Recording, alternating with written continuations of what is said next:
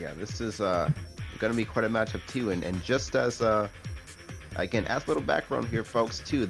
In this match, not only is it something interesting to look at as far in terms of this tournament itself, but just what this match kind of means to both players here. We have again, reverting back to H2O12.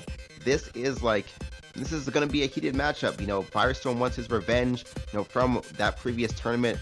Diao just kind of, still having that, in that mentality, maybe having that winner's mentality from that last tournament could play into some factor, kind of. But I don't think FireStorm, with the way he's been playing throughout this tournament, is going to have any sort of hesitation against that. FireStorm not being one of those players who will kind of get off their game because of some bad matches there. So this is going to be quite an amazing matchup to take a look at. So yeah, man, FireStorm with one of the strongest mentalities that I actually see in Tetris. He's come back from really clutch situations in the past. I mean, I remember one Jstris Cup, he was 9-6 or 9-7 down against Ritteru, and he was able to come back from that. So I mean, Diao, also an amazing player in his own right. He's only 14 or 15 years old, I think. He's already one of the best players, if not the best, in certain tournaments. I mean, these two definitely can take sets off each other on their good days. yeah, I mean, it's interesting too. 14. I didn't know he was actually that young there. So hey, I mean, if we keep... Yeah, FireStorm himself is only 18 as well. So, I mean, if there's anything this match shows, it's that we're all getting too old for this game. 14, 15-year-olds are starting dominating. Yeah, man. But yeah, I mean, that's also a good thing, just leading on to, the future of the competitive scene here with some things you might see, as far as hopefully just... a better scene in general, but yeah. So taking a look back at this match here, as you'll see, yeah, this is probably not going to be as obviously not going to be as crazy as that last series. Just kind of a bit more methodical between these two players and how they're going to be able to adjust to these to this matchup. So for now, for FireStorm, it kind of seems like he's not really trying to be too much of the aggressive. He's just letting the pieces come to him. Oh my god, dude. Okay, Diao is insane right now.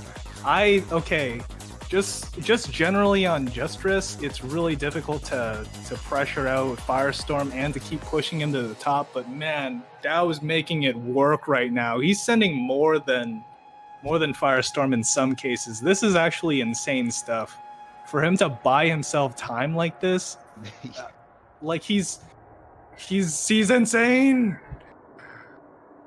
Yeah, this is this is gonna be very interesting. We saw from FireStorm 2 just kind of going a bit more for the counterplay strategy, but now he is in this matchup going a bit more aggressively. That opener that he sent off with 2 fractals kind of hurt Diao a little bit, but still Diao's gonna be able to cover so well. So we kind of see both players just having amazing recovery at almost all times, just having such a great playing field, just being able to optimize their board, optimize themselves for positions where they can take some advantage here. So, and whether it can be just a slight misdrop, or being too gritty, they're setting up here really for where they can take advantage of those bigger moments. So again, until those moments happen, it's just going to be trying to clear for just a more optimized board at the moment. So between these two, going to be probably a close match in this series. Still not really anything too lopsided here. Again, like you mentioned,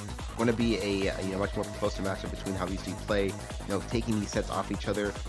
In this series right now. So even then too, we see Diao, he can take some very interesting positions here with these clean lines of garbage, but still FireStorm able to, like we saw in the last few matches, being able to recover so well, being able to not really take damage in a heavy way. So this is going to have to come down to how well each player can punish, or maybe some sort of slight shift in strategy between these two. So Yeah, because at this moment we're not seeing anything where they can take too strong advantage of. They're just trying to play a little bit proactively here, just trying to wait for, reactively trying to wait for these opportunities to come. And now you see that coming into play, especially with the hurry up garbage, just trying to see where they can open up for positions right now. It's more of a hit and search game, hit and run, like you see there. And FireStorm being able to clean up the board just in time as soon as the hurry up garbage came. You saw Diao just kind of, sorry about the noise in the background, by the way, if you hear that, but he saw Diao. Let me just mic for a second. All right, GG, never mind. But yeah, so I was saying he was able to see Diao just kind of stacking up a little bit too high, maybe a bit too greedy there at the end with the hurry up garbage. But again, just the abilities of these two players both to capitalize so well on even the smallest positions they can overtake in, is just so incredible to take a look at right now. So again, FireStorm, huge spike from him. That was a great way to close that out. So FireStorm still is taking a bit of an advantage in the series right now. He did try to open up with PC, but now also trying to clear off with that DT cannon there. But it seems like, yeah, again, no matter what kind of happens here, positions they take, except for Fire. Might have spoke too soon there. FireStorm kind of, I didn't see that over the mission or not, but FireStorm, he is setting up these huge sort of these huge fills as soon as he is able to open up here, this huge amount of garbage. But both down, FireStorm really not being able to be affected. Nice, dude. 230 APM with back-to-backs alone. FireStorm, oh my god, dude, this is what I mean. Like, he does things like whenever he's on the ropes, he just like amps up the speed at which he plays Ultra. It's so insane that he can get away with this. It's just he does it so well. And he also makes sure that he doesn't have any holes when he does it. And if he ever gets into a bad position, then he just like stops the back-to-back, gets back into it when he's in a better position. Like, it's absolute insanity to me that is his trump card. And I mean, it's so simple, it's so basic, it's just like anybody can do it, but nobody does it as well as him. Yeah, and that's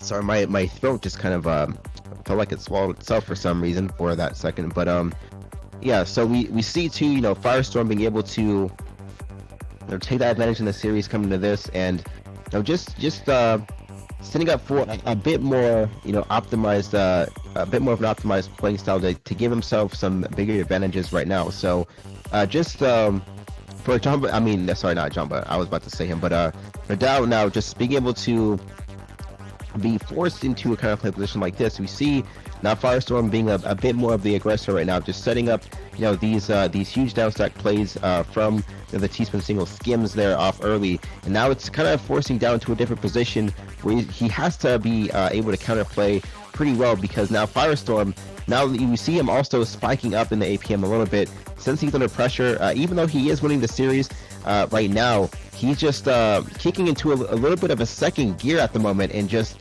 these huge spikes back and forth. He is being able to apply pressure so well at every second of time there. It's like the pressure keeps applying. He doesn't have a moment of hesitation in his in his board. He doesn't really have a chance to give Diao to try to clean up. So now he's just simply overwhelming with a lot of pressure here, and he doesn't really give Diao any. Diao's kind of crumbling right now. Like, yeah, the pressure's kind of getting to him, I think. Like, yeah. So no, another misdrop by Diao. Oh, that's another one. Jeez.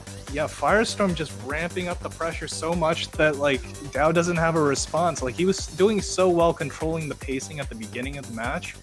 But now FireStorm with his APM hyper aggressiveness, like he's found a hole in Diao's play. He's not able to keep up. This was my main worry, which was why I was so impressed with Diao being able to keep up at the beginning, control the pacing so well. It's a shame to see that crumble here. He's gonna need to find some way to open up FireStorm. Otherwise, this might become the common theme in the matchup. Yeah. So again, it just comes with this too. Like when these series get a little bit more longer played out, FireStorm just being able to take off many games, being able to survive well in a series where he's down to gives him an advantage here. Where if he takes that stride early on into a 7th. Oh my god, he missed a PC there. That would have been insane. Dude, FireStorm finds the most amazing follow-ups. I mean, Jesus Christ. This is such an insane player. I mean, Diao's like keeping up, but look at the way he's getting pushed up. Like everything here. Oh man, okay. This is a wonderful position for Diao though. Especially after that misdrop. Yes. Oh yeah, so I mean, a player like Diao is able to take up some sets here off FireStorm. He can still have a place where he can come back to with that, and again, it's a very interesting battle between these two players right now. I mean, Diao now picking up the pace a little bit better now. He is pressuring FireStorm, coming right off the blocks into this early game, but now it seems like FireStorm cleaning up the board a little bit better right now, but Diao just still able to recover so well. So the follow-ups are there definitely. Not like FireStorm doesn't really have to even focus there, on any particular setups. He's just trying to simply overwhelm with these powerful down stacks that he's setting up right now for Diao, and it's just a little bit too much pressure. Like just consistent. If you're gonna play with that playstyle, one of the most effective things is to not only have that speed, but to have it consistently. To where you don't have any sort of holes in your setups there, and it's just always being able to apply a pressure to force your opponent to keep looking for these down stacks, keep looking for any opportunity to counterplay. So still kind of forcing Diao a little bit in that hand, and Diao kind of closing off the wall a little bit might give him some hesitation towards that recovery, but still, even then Diao is still able to set off some huge plays here versus FireStorm. So right now this is coming off to a very close match between these two. Like not really any point in time where they can set up something huge against each other right now. Just looking for these opportunities where they can skim up here, set off some T-spin singles and doubles, lead that into huge whether it's double or Tetris combos. That's really what they're kind of looking for. Just some